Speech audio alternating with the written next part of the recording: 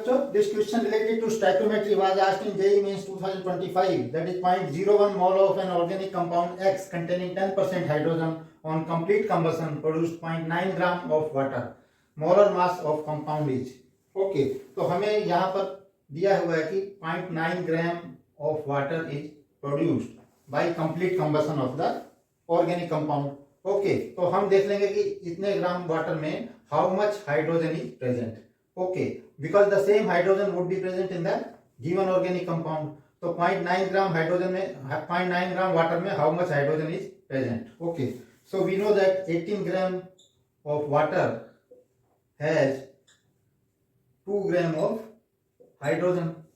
Okay, so 1 gram of water will have 2 divided by 18 gram of hydrogen, and we have 0.9 gram of water, so it will have 2 by 18 into 0.9 this much gram of hydrogen.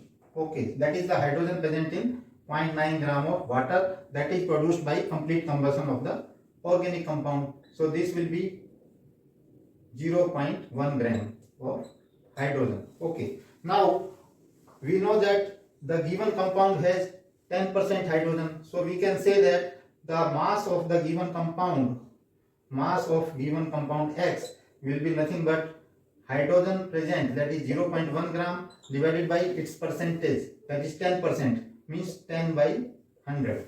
Okay, so that is the mass of compound, total mass of the given compound. Okay, that is the mass of hydrogen that is present in the given compound divided by the percentage of hydrogen. That will give the total mass of the given compound. So this will be 0.1 upon 10 into 100, and this will come as 1.